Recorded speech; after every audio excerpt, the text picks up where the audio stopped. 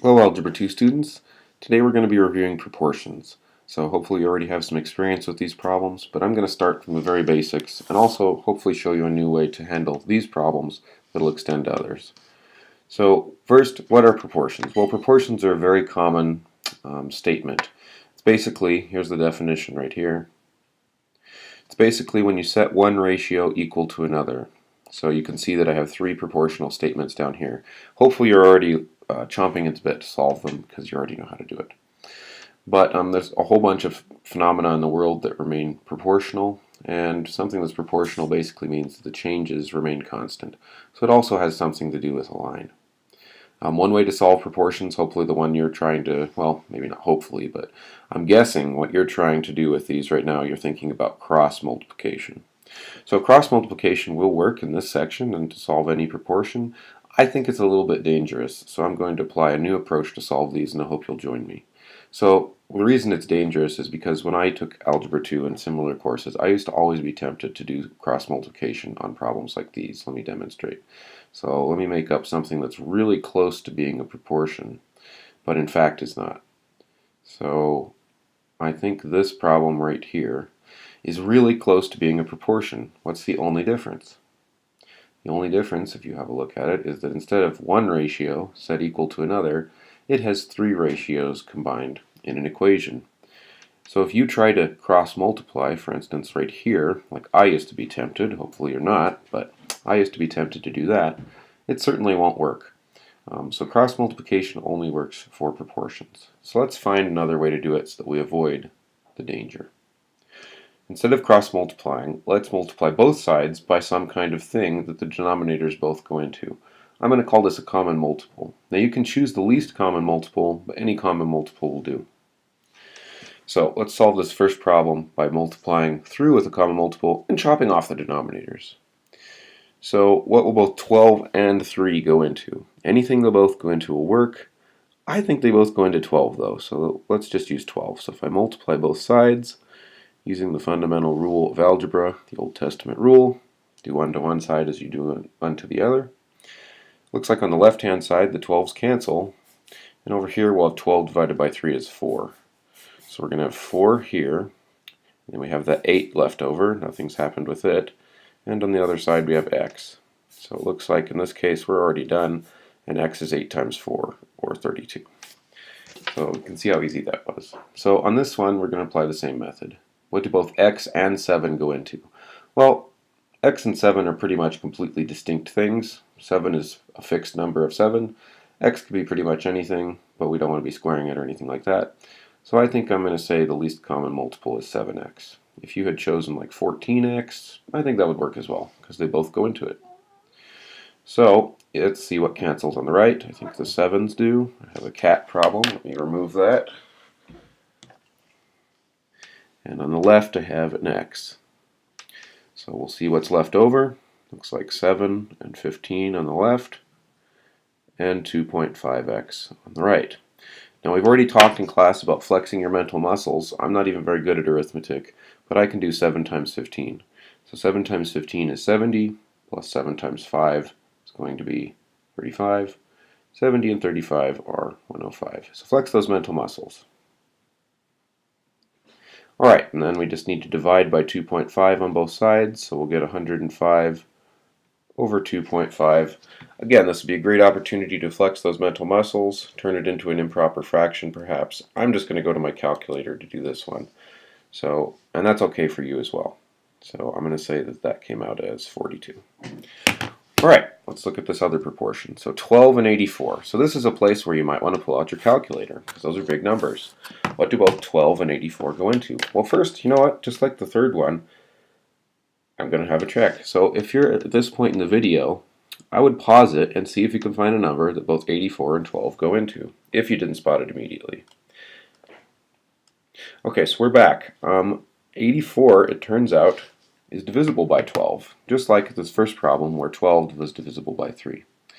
So I think I'm really just going to use 84 and multiply it on both sides to chop off the denominators.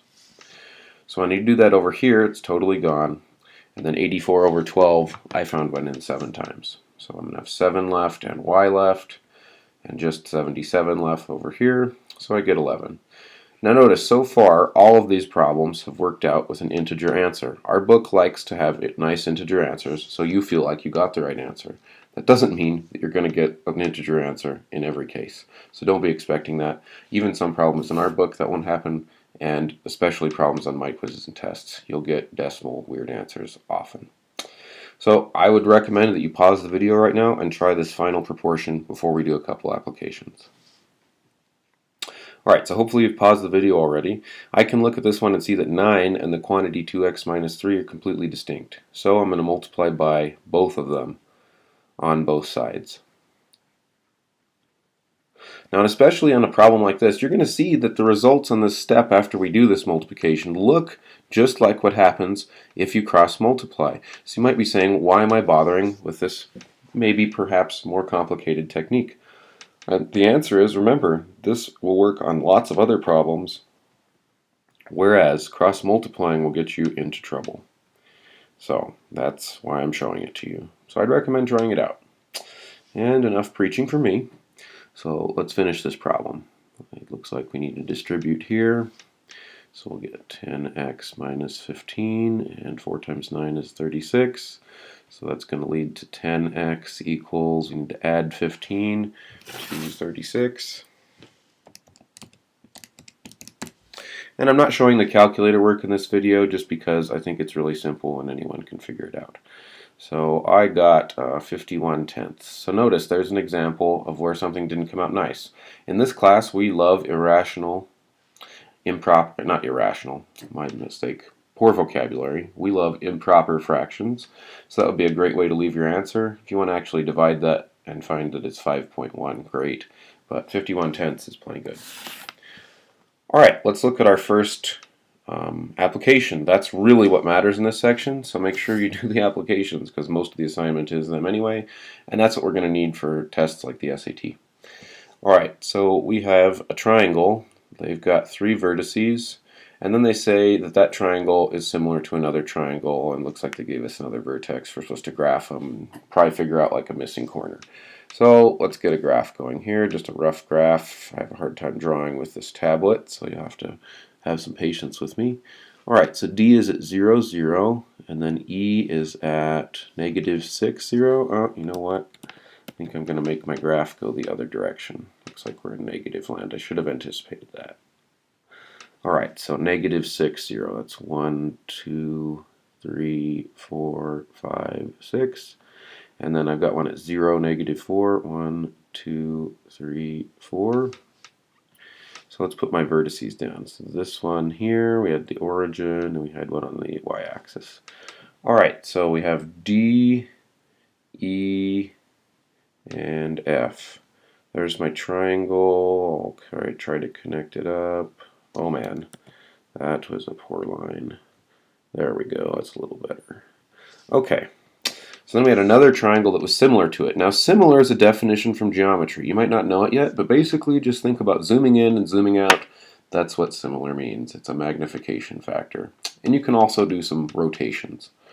So you could magnify and rotate. Anything that's magnified or rotated is similar. So looks like we're going to have DEF that it's similar to. So it shares this same vertex D, and it looks like they gave us G, which is negative 3, 0. So negative 3, 0 is right here, right? That's G. We're going to share this same D for DJH.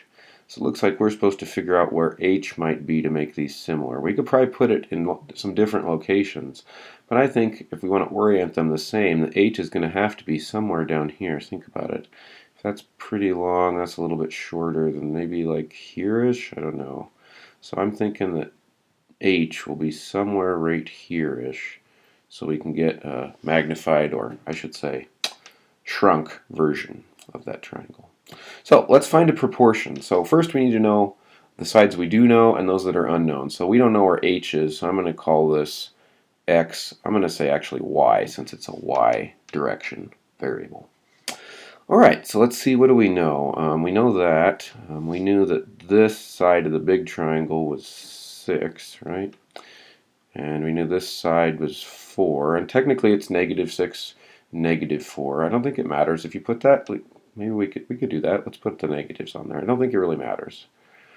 And we knew this was -3, right? Right here, there to there. All right. So when setting up a proportion, remember you can kind of pick what you like to compare to first. There's all kinds of different ways to do it. So I think I'm going to compare the blue triangle to itself. So I'm going to go -6 compared to -4. All right. Now, once I've picked the left side, I'm locked in for this right-hand side. So what does -6 match up to? That's this side of the big triangle. You've got to match it up to probably that side of the small triangle, which was -3. That side of the big triangle, that side of the small triangle, which we don't know. That's our y. All right, now you could cross multiply, or you could use my technique. Just to be consistent, I'm going to use the technique we've been using. So that's what they both go into. Multiply it on both sides over here. Oh, I'm going to use black, I guess. We cancel the -4s. Over here, the y's. And we end up with -6 and y. And on this side, we've got -3 times -4. That's a +12.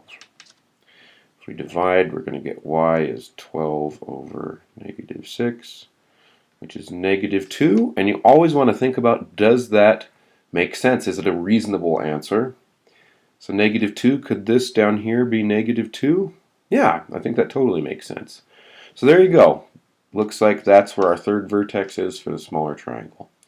Let's do one more proportion where we demonstrate that it really doesn't matter how you start the proportion, it does matter after you've picked the beginning. This one says, a rock climber wants to know the height of a cliff. The cliff measures the shadow of her friend, who's 5 feet tall, standing beside the cliff. So let's try to draw the situation. There's the cliff, person standing beside the cliff. You definitely need to spend a little time thinking about the drawings on these. Shadow of her friend, we've got shadow, okay. Friend's shadow is 4 feet long, there's a number.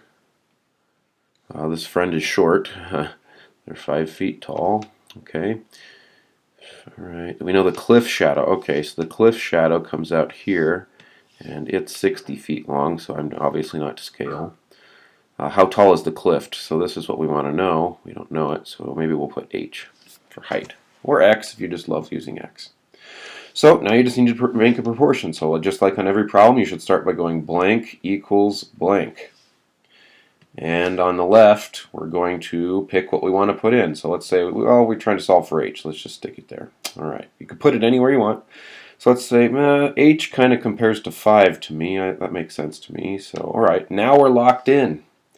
Now we've got to make the correct decision for the other side. So I'm going to use red because we're locked in.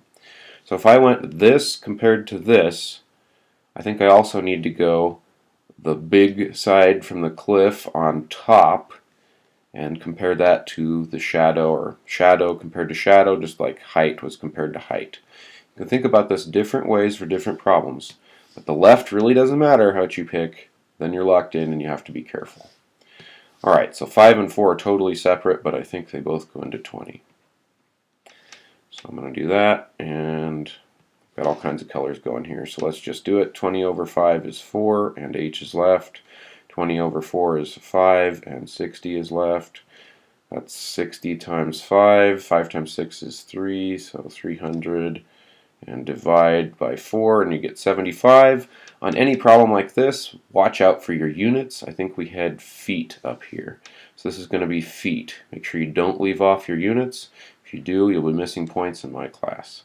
Alright, so there's a couple proportion problems. If you'd like to see a couple different sorts of problems that kind of apply to your assignment, or at least a couple problems, have a look at the second video. Otherwise, I'll see you next time.